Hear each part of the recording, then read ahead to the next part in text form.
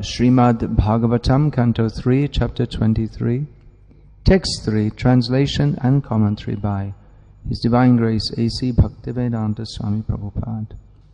Translation: working sanely and diligently, she pleased her very powerful husband, giving up all lust, pride, envy, greed, sinful activities, and vanity. Purport: here are some of the qualities of a great husband's great wife. Kada Muni is great by spiritual qualification. Such a husband is called Tejiyangsam, most powerful. Although a wife may be equal to her husband in advancement in spiritual consciousness, she should not be vainly proud. Sometimes it happens that a wife comes from a very rich family, as did Devahuti, the daughter of Emperor Swayambhuva Manu. She could have been very proud of her parentage, but that is forbidden. The wife should not be proud of her parental position. She must always be submissive to the husband and must give up all vanity. As soon as the wife becomes proud of her parentage, her pride causes great misunderstanding between the husband and the wife, and their nuptial life is ruined. Devahuti was very careful about that, and therefore it is said here that she gave up pride completely. Devahuti was not unfaithful. The most sinful activity for a wife is to accept another husband or another lover. Chanakya Pandit has described 4 kinds of enemies at home. If the father is in debt, he is considered to be an enemy. If the mother has selected another husband in the presence of her grown-up children, she is considered to be an enemy. If a wife does not live well with her husband but deals very roughly, then she is an enemy. And if the son is a fool, he is also an enemy. In family life, father, mother, wife and children are assets. But if the wife or mother accepts another husband in the presence of her husband or son, then according to Vedic civilization, she is considered an enemy. A chaste and faithful woman must not practice adultery. That is a greatly sinful act. Om Jnana Timirandhasya Jnananjana Shalakaya Chakshurun Militam Yena Tasmai Shri Gurave Namaha Shri Chaitanya Manobhishtam Sthapitam Yena Bhutale Swayam Rupa Kadamahyam Dadati Swapadantikam Vandeham Shri Guru Shri Ataf Padakamalam Shri Guru Navaishnavamscha Shri Rupam Sagrajatam Sahagana Raghunatan Vitam Tam Sajivam Sadvaitam Savadhutam Parijana Sahitam Krishna Chaitanya Devam Shri Radha Krishna Padan Sahagana Lalita Shri Vishakhan Vitamscha. Hey Krishna Karuna Sindho Dinabandho Jagatapate Gopesha Gopika Kanta Radha Kanta Namostute Tapta Kanchana Gaurangi Radhe Vrindavaneshwari Vrishabhanu Sute Devi Pranamami Hari Priya Vanta Kalpatarubhyascha Kripa Sindhubhya Evacha Patitanam Pavanebhyo Vaishnavebhyo Namo Namaha. Shri Krishna Chaitanya Pavanatananda Shri Advaita Garadhara Sivasadi Gaur Bhaktivinoda Hare Krishna Krishna Krishna Hare Hare Hare Rama Rama Rama Hare Hare. Srimad Bhagavatam is also known as Paramahamsa Sanghita, treatise that is appreciated by Paramahamsas. Yasmin Paramahamsyam Jnanameka Mamalam. It's also stated herein is the knowledge which is appreciated by Paramahamsas, and is also appreciated by persons who are desirous to become Paramahamsa. Paramahamsa, we generally understand this to be a person situated on the topmost platform of spiritual life. A synonym for Paramahamsa is Sarangsh, or one who can accept the essence. Just like a swan, we are told, is able to extract milk from a mixture of milk and water. So herein is a description of the qualities of a chaste wife. Whereas Paramahamsas, another name for them will be akinchan. They have nothing in this world. They aspire for nothing in this world. They are only dhan, akinchan dhan. Krishna is the wealth of those who have nothing. Tvam akinchana gochar. You are available, Kunti Devi said to Krishna. You are available to those who have no other desire. So why is it being described about the marital life of Karma Muni and Devahuti? Well, obviously they weren't ordinary people. Their son happened to be Prabhupada used to say that sometimes. He used to say happened, not by chance, but their son was the Supreme Personality of Godhead. Although it appears from the text, it might appear like that Kadam Muni himself was not fully on the transcendental platform.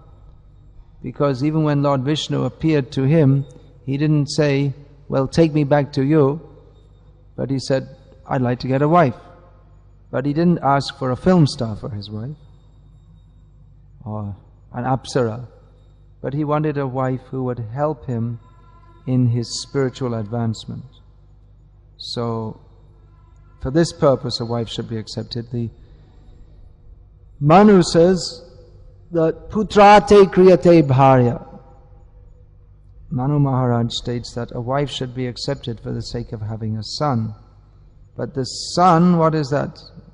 Putra pinda prayojanam.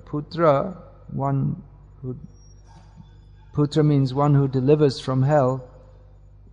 Son is required for offering pinda, by which oneself and one's previous generations also are delivered from hellish life. Therefore, it is a duty. Devarshi bhutapta.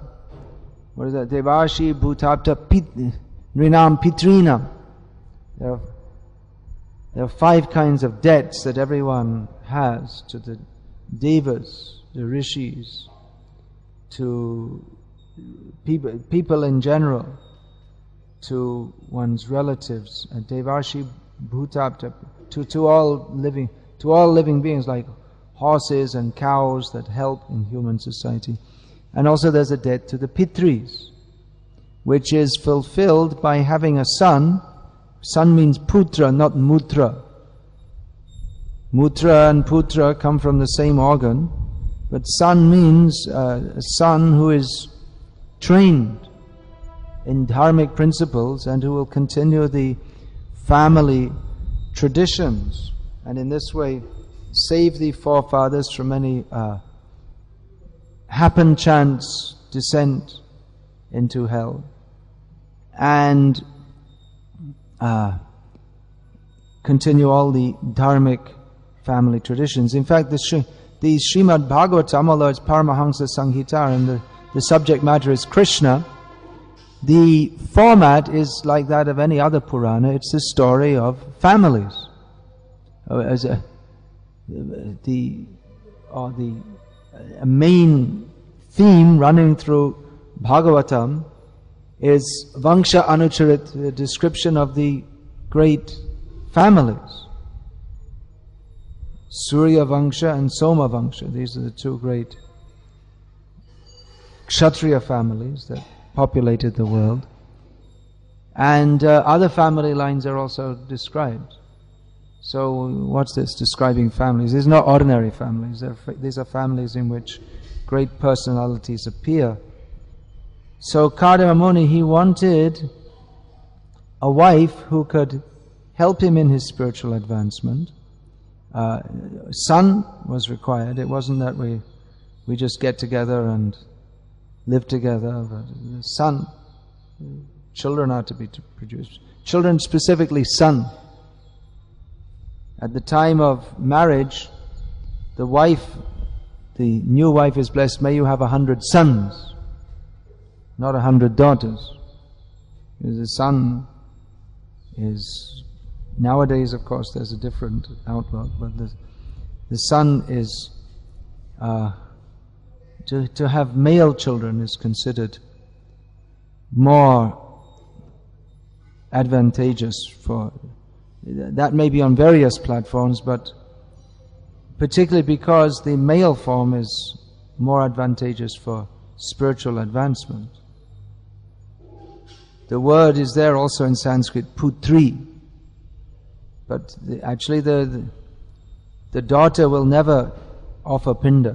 The putra, the putri is just, it is derived from putra, but actually the daughter doesn't save from hell. The son has to do that.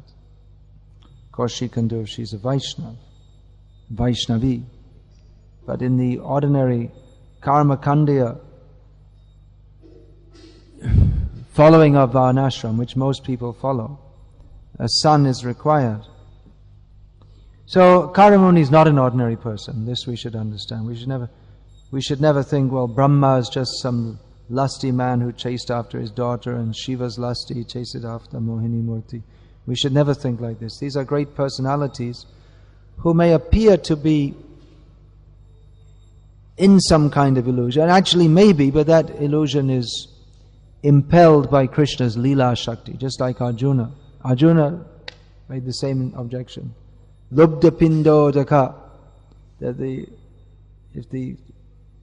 if there's Varna Sankara, a result of this war, well, that the offerings of pinda and water to the forefathers, that will not take place, and then the whole society will fall down.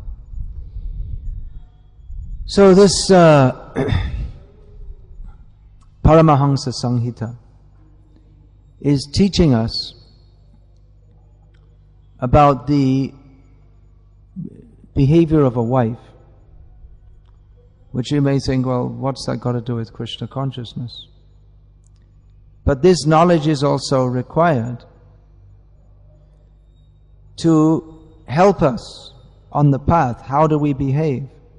Just like Arjuna asked Krishna that Sita pragyasya ka bhasha samadhi sthasya keshava stita dhi king prabhasheta kim asita vrajeta kim. He asked Krishna, what is the behavior of someone who is fixed in consciousness? How does he converse? How does he speak? How does he walk? How does he talk? He wants to know. It would be expected that the behavior of a perfect person is different to that of any Joe on the street, or any Sunil on the street, or any ordinary person. You don't expect him to be an ordinary person. There must be something exceptional about him. So certainly persons who are on a high platform of consciousness, their activities and attitudes are going to be different to those on lower platform of consciousness, because activities are impelled by consciousness. So this Srimad Bhagavatam is the Paramahamsa Samhita and teaches us how Paramahamsas lead family life also. You may think, well, Paramahamsas shouldn't have family life, but they may do so. In this case, to produce a child who is the Supreme Personality of Godhead, and also to show an example to human society of what is ideal family life, what is the ideal behavior of a husband, what is the ideal behavior of a wife. It's not expected from this narration that to be an ideal husband and wife, one has to perform severe austerities to the extent that Kadama Muni did, but Paramahamsa, they will take the essence. What is the essence of this relationship? How the husband is fully fixed in his purpose of life, spiritual realization, and the wife is fully fixed in assisting him. So that's the essence. And how does she do it? Giving up lusty desires. I want this, I want that. Giving up pride. I'm from a big family. Who are you? You're just some beggar. Dvesham, there may be some between husband and wife. Between two people living closely together, it can be like the rubbing of sticks. Some friction can be produced. So it may be just irrationally, that's why it's also said here, apramatta. Irrationally, someone may come to dislike someone for no real good reason.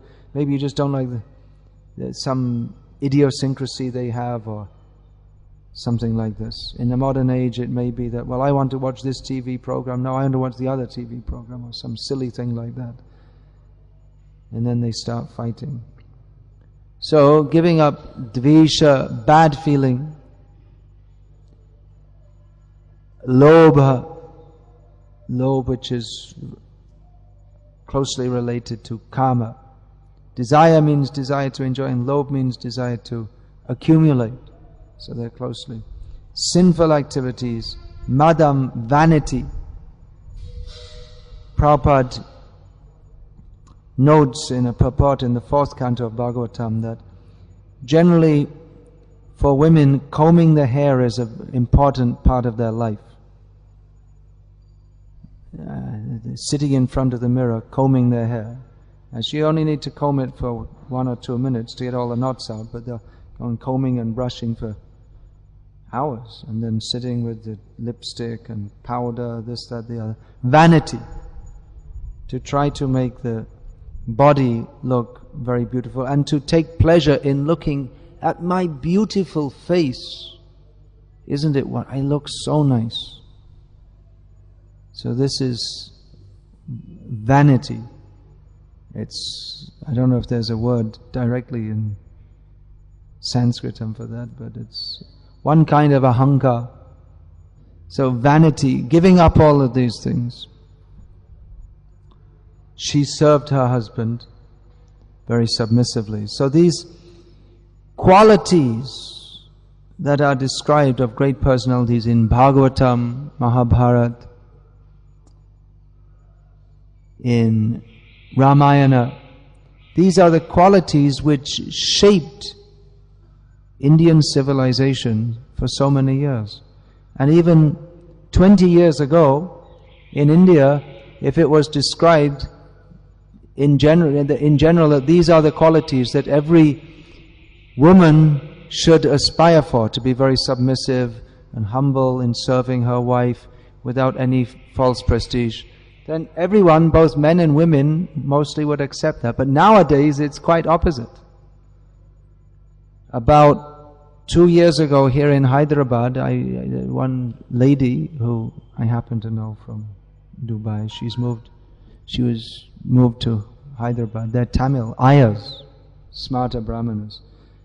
So she came with her son, who at the time wasn't very much interested in devotional service. But you say he's from a pious Brahmin family. So she introduced me to him, and so I said to him that now, you see, you're probably going to get married soon. You're getting to that age, and so you're earning enough money. So don't throw your wife out to the office, and she'll be sitting among men. She doesn't, she'll be knowing men more than you. And in this way she'll be spoiled, and there won't be anyone to look after the children. He said quite politely, but he objected and said, well, Swamiji, I believe that women, they should have a life of their own.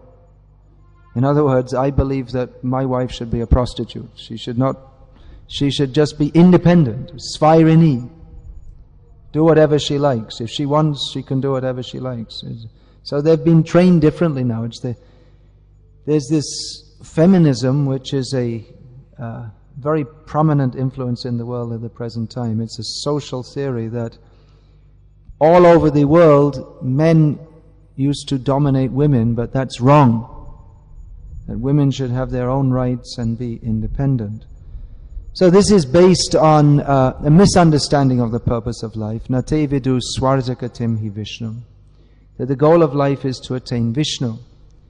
That there is more to life than simply enjoyment. If we take the goal of life to be simply bodily enjoyment, then yes, women should live their own life, because you only live once and you've got to enjoy it, and why should you spend your life serving someone else and looking after these smelly, dirty children? And so just enjoy yourself while you're young. And what's the best enjoyment is sex, so why stick with one man?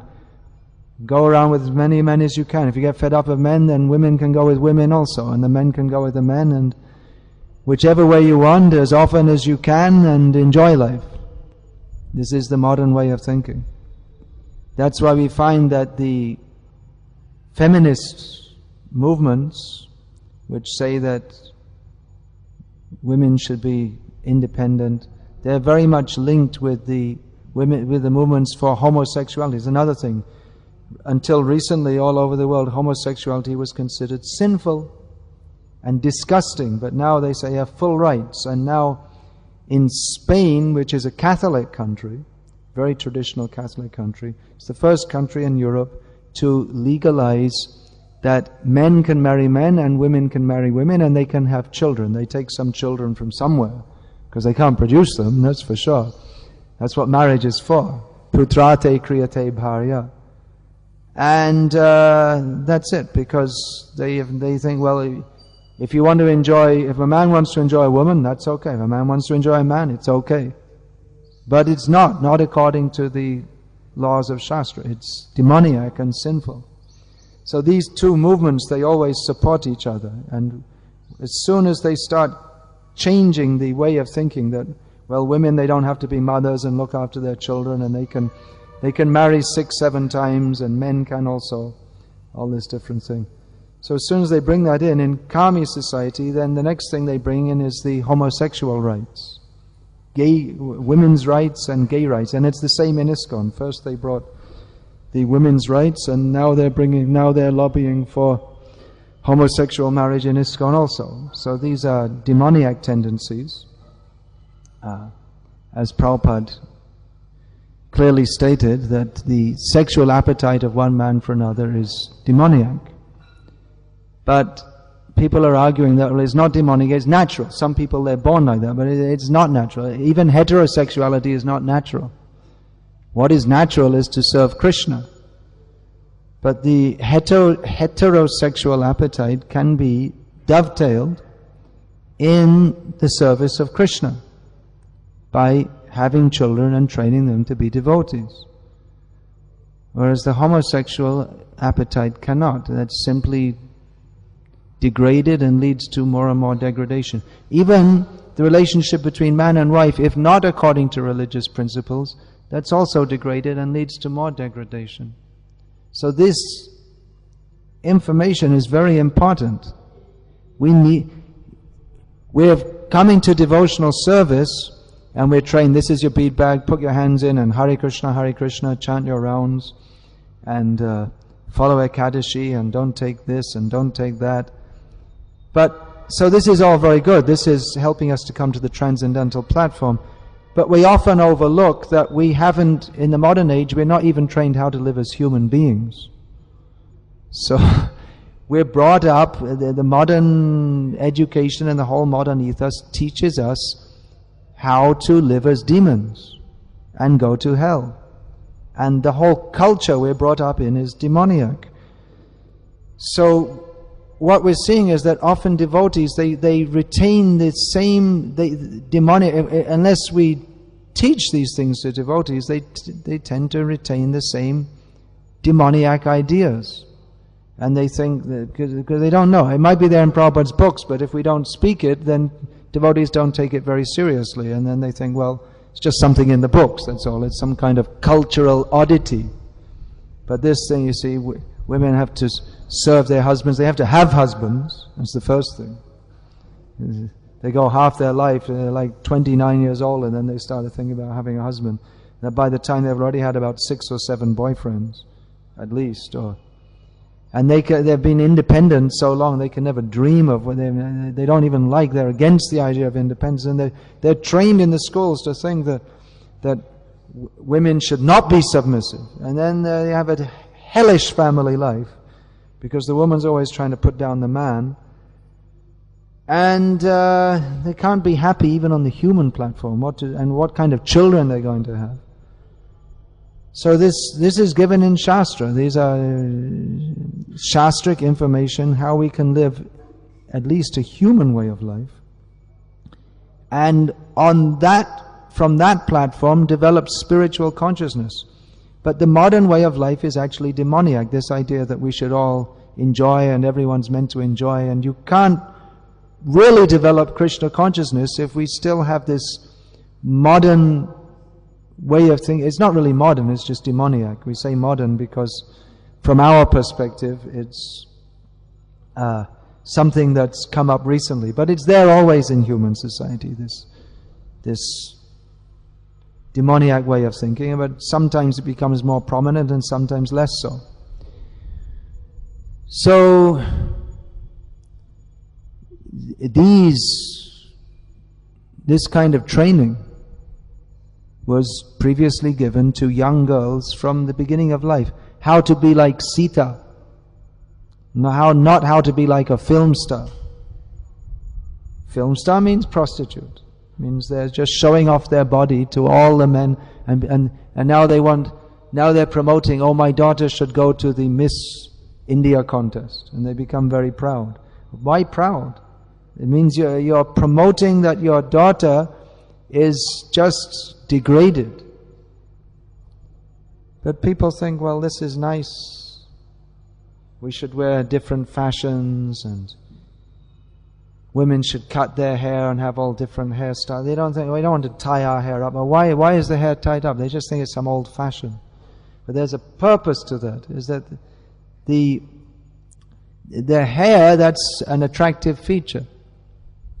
So it should be tied up and covered, because the wife is meant for one. She's meant to be enjoyed by one man, not by every man. But because they're trained in this consciousness, they're brought up that they see on the TV the girls, they mix up and they want to do like that. So they think, let me put my hair out and dress very attractively to attract every man.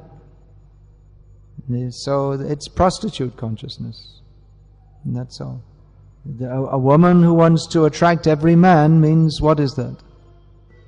Well, I just said it. There's no need to say it again and again, but this is what's going on. So that's why the culture is that. What is that? Sorry, I'm very tired. What's that from Manu? Prabhupada quotes so many times. Striyam's what is it? Naivam Striyam Swatantra Marhati, something like that. Prabhupada quotes that. Prabhupada quotes again and again that women should never be independent. In the childhood, they should be under the protection of their parents.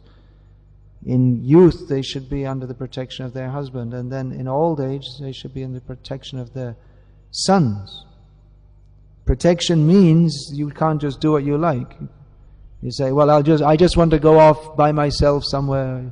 You go off by yourself, then you're unprotected. So it cannot be allowed. The husband will say, no, you cannot go. The gopis are praised because they left. Their husbands protested, but still they went to Krishna. But that's not for imitation. That's the gopis. That's Leela. But for generally in society, that should be followed. Otherwise, by independence of women, then the whole society simply becomes filled with lust. Women are mixing up with men, men are mixing up with women, and lust destroys everything. As soon as lust becomes prominent in society, then there's no question of spiritual advancement, there's no question of peace of mind. So this lust is very dangerous. Therefore the whole Vedic society is organized to control that lust. The marriage institution is there to control and channel that in a manner that is useful for society. The marriage of Kadama and Devahuti is glorious because that will bring forth children, or the one child who is a great asset to society. So marriage that is called Kalyanam, that is considered something for the welfare of society. If the husband and wife are trained in religious principles and will bring forth children who will be an asset to society by their behavior, by the culture that they continue to uphold, by their spiritual advancement.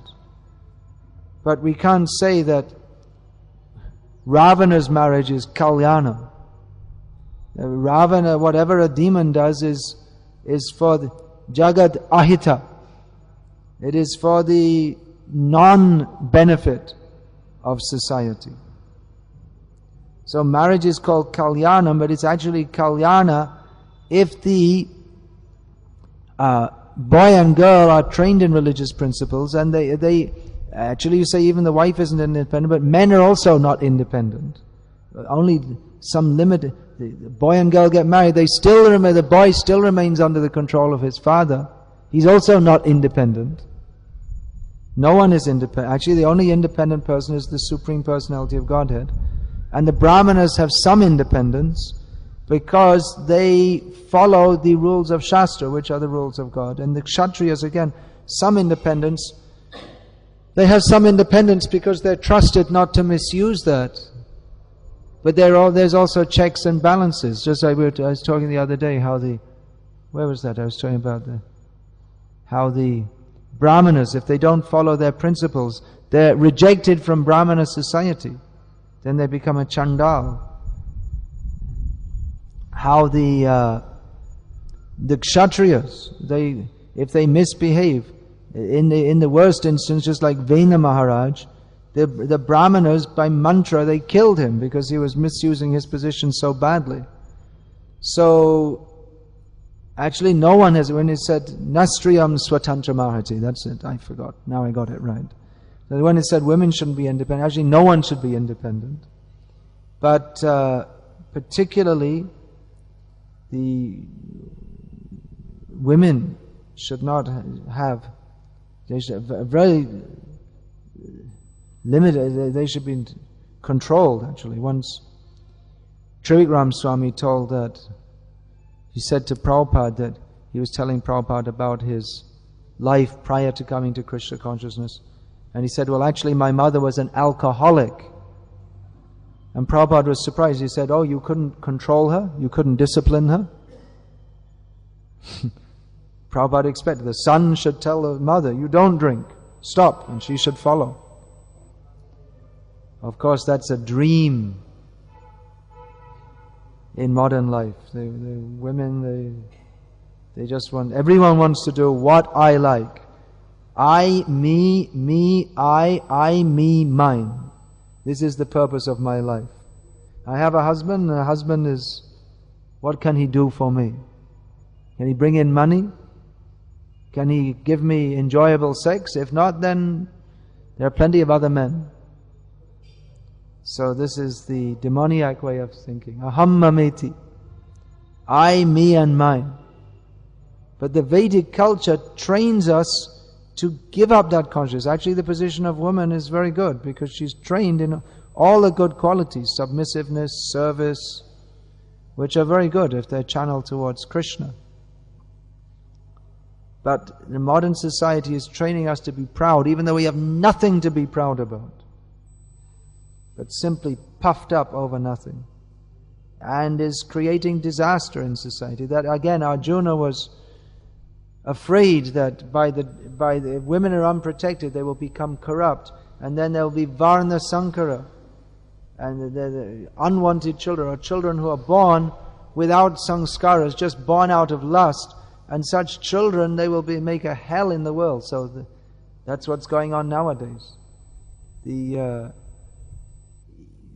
no one is performing sanskar, very rare. Husband and wife, they come together out of lust. And it's considered, more and more, it's considered that the main purpose of married life is to enjoy lust. And then the children are just an unwanted product of lust, and they're born in lust, and they're raised in lust. And then we can't expect that any peace in society from such bad, unwanted byproducts. So it's a very dangerous situation in human society. So we should begin in our Krishna conscious movement training these things. There's a tendency within our movement to try to go along with the modern demoniac way of thinking and at the same time be devotees. Young girls come and we don't tell them that, look, you've got to stop wearing your t-shirt, that's just one to promote lust. And all these things, that you should understand what is the behavior of a chaste woman. And no one is teaching. And then they get married, and even get married to a devotee, and they're miserable because they have no idea how to live as husband and wife. No one ever told them, and the only idea they have is what they got from Cineblitz. So what kind of marriage are you going to have? It'll be simply miserable. I'm seeing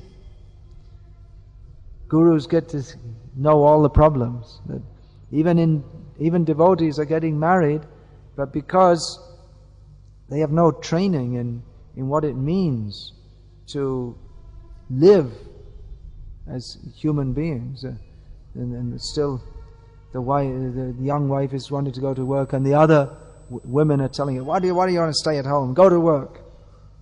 Go and mix up with all other men, and don't stay at home and cook for your husband. And so they're encouraging, we find even within the society of our devotees, they're encouraging demoniac attitudes and behavior. So how can we establish Krishna consciousness? In the morning we chant our rounds, and in the day all day long we act in a demoniac manner, joking. Some married woman is spending all her day joking with a man who's not her husband, she has no relationship of any kind with.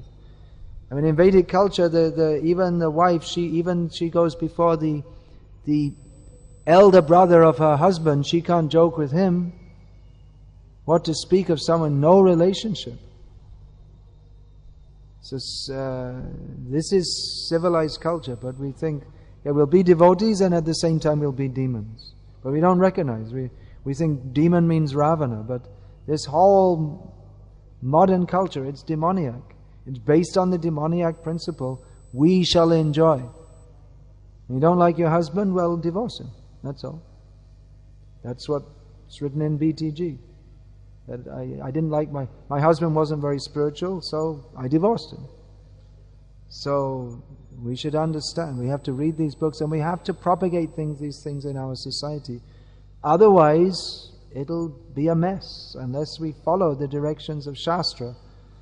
Then, as Lord Krishna states in Shastra, Ya Shastra Vidimutraja Vartate Kamakarataha Nasasidhim Avapnoti Nasukam Naparam Gatim. If we don't follow Shastra, then what to speak of Param Gati? We cannot attain Sukh or Shanti or Siddhi. There's no question.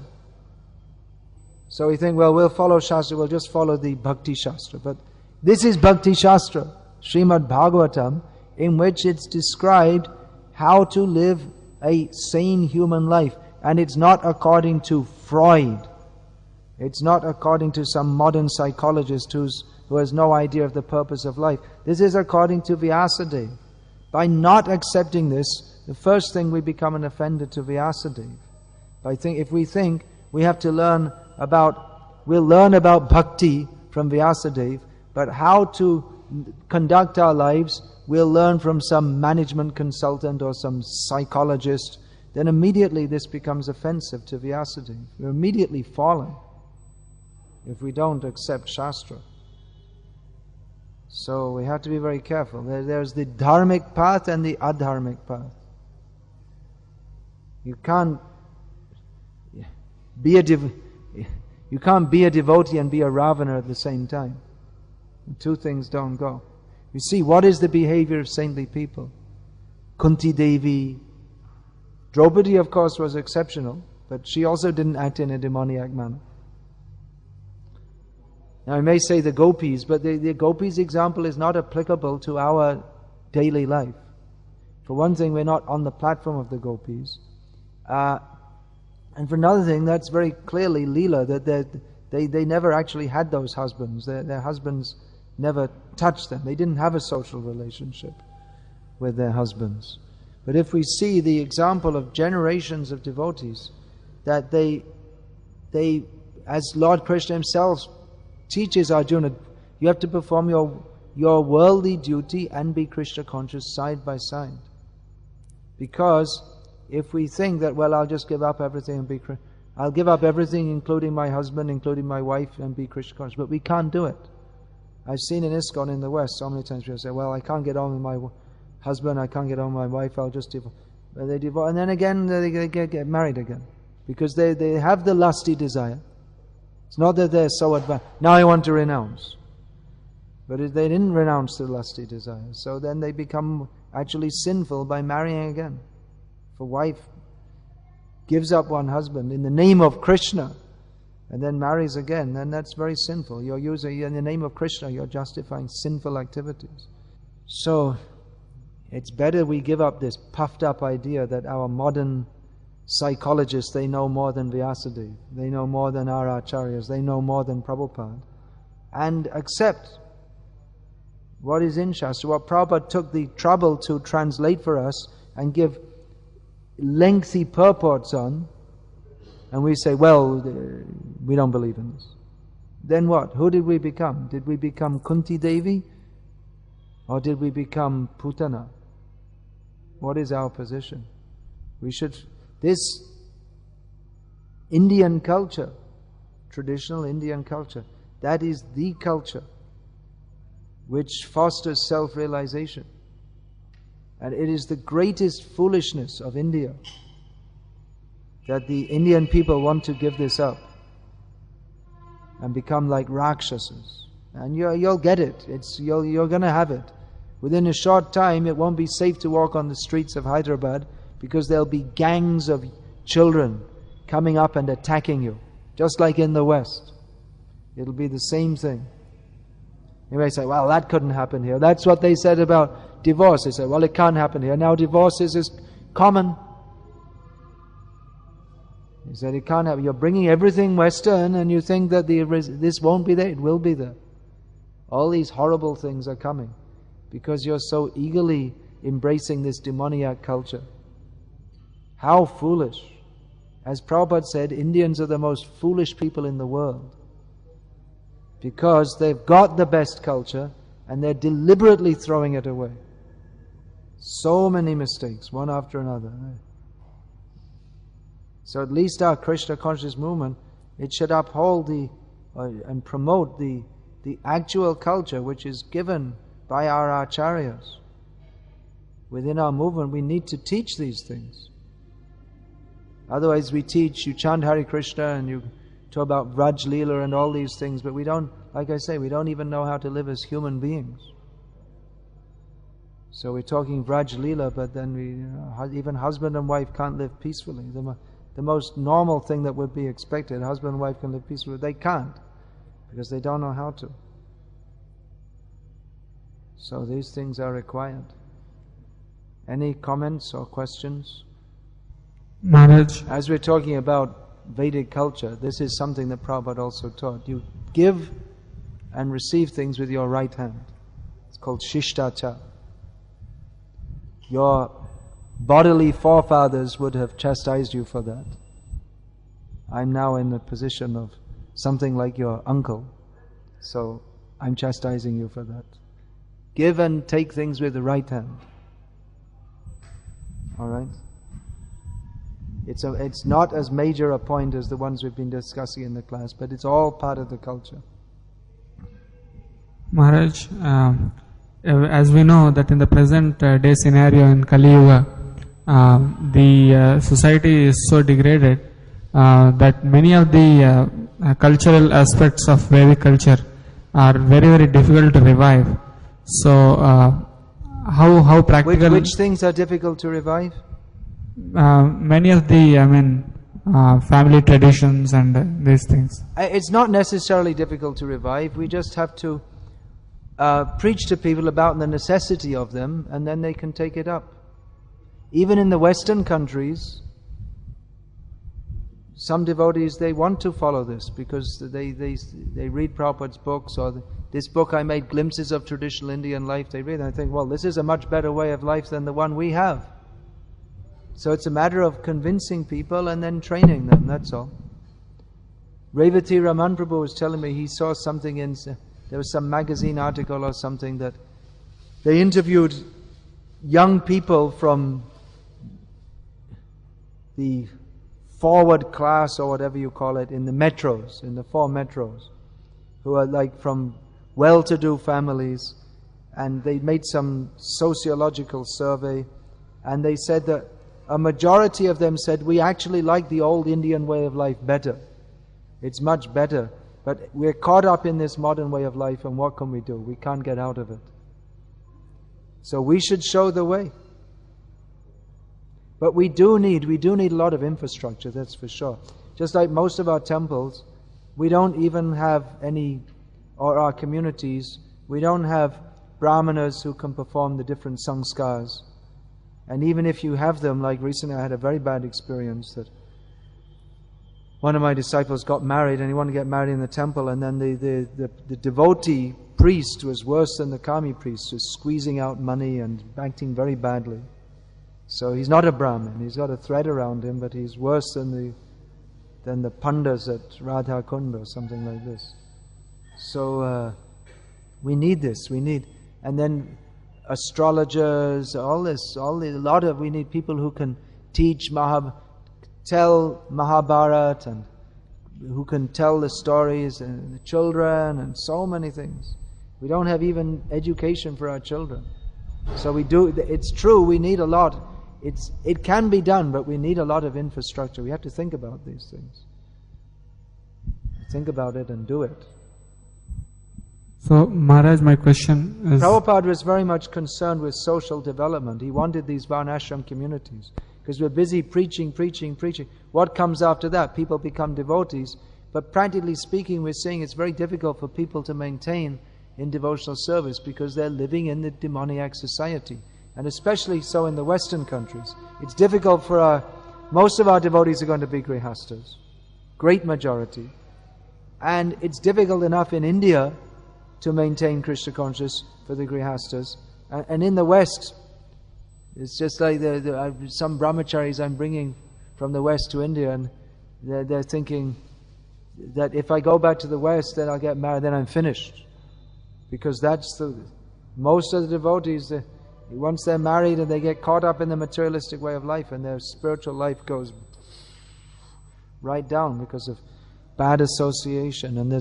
So we don't have an infrastructure. Prabhupada wanted these farm communities where we could live together and help each other be Krishna conscious. So Prabhupada, he was concerned about that. Otherwise, we're preaching, we make more and more devotees, so many more come in the door, and in the meantime, the old batch is going out. That's why you meet someone, oh, yes, I was initiated in 1980s. Oh, really? Whoa, you survived. Everyone should survive. There should be a few who don't go out the door. But the way it is, we're so busy making new devotees, but we don't maintain the old ones. Maybe one of the reasons is in our training. Even we're giving nowadays, it's good. We started Shastric training in philosophy, but we also need training in culture and behavior. And that means the whole way of life, attitudes to life. And as you may be aware, this one of my main concerns is that the attitudes of women that are being inculcated nowadays are very destructive to society. But they're being trained that you're just being exploited. If you don't serve your husband, you're just being exploited. Well, Prabhupada said, better to be exploited by one man than by every man. That was Prabhupada's reply to that.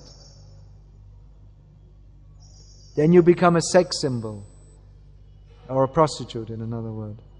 That you're just trying to attract all different men. And that what happens when you get 32, 33, 34, the body is no longer attractive, and there's younger women who are more attractive, and however much you put on lipstick and this and that, you're not very attractive. So your independence and enjoyment lasts up to the age of maybe 30, 33, 34. And maybe you can find some older, 60-year-old men as you go towards 40. But then after that you're finished, no one's interested. One of my sisters, she was one of the early feminists, and she never married. I don't think even she can remember all the boyfriends she had. But now she's finished, she's 50 years old, and no one likes her, she has no friends. Even my father, who's a very liberal kind of person, even he's disgusted with her. So that's it. You just end up as a frustrated old woman with no friends, no children, no respectability in society, and you have a lonely old age. No one cares for you. That's what you get. That's the reality of your independence, enjoying. So it's actually advantageous for women to fix themselves up on one husband, look after their children, and just lead what would be previously be considered a normal, respectable life, and of course be Krishna conscious. But if you think, well, I'll be Krishna conscious and I will just follow the modern way of thinking, then you'll be a disturbance, because you may think, oh, well, I'm very Krishna conscious, but actually, as Prabhupada noted in one letter, all the women who come to our society, actually they're looking for husbands. So if there's no arrangement for that, then it simply causes a disturbance. That instead of young men and young women coming to the temple for Krishna, well, they're coming for Krishna, but they have some other motive also. So that causes a disturbance. Yes. My question was that in the present modern scenario, how can one get the necessary support and strength to be able to live by these principles? How can we live by these principles? How do we get support? Well, we should all support each other, and there should be arrangements that those who are devotees, who are going to get married, how they're going to get married, help them. Previously there would be, within the family it was all very strict, and the older people would guide the younger people, but many times the devotees, their parents are not devotees, or they want them to be demons. So then our older grihastas, they have to help the younger grihastas. Everyone has to help everyone else and support and encourage.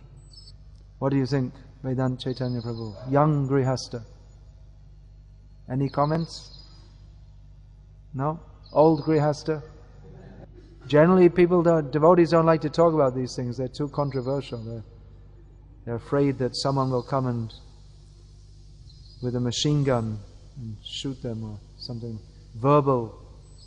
Anyway, I'm a rhinoceros. They call me a dinosaur, but I'm also a rhino. I've got thick skin. I've had lots of bullets shot at me and I don't care anymore. So we have to speak as Prabhupada spoke. Prabhupada was very open about these things. Even people were against him. He was very open. So we should also do for the benefit of human society.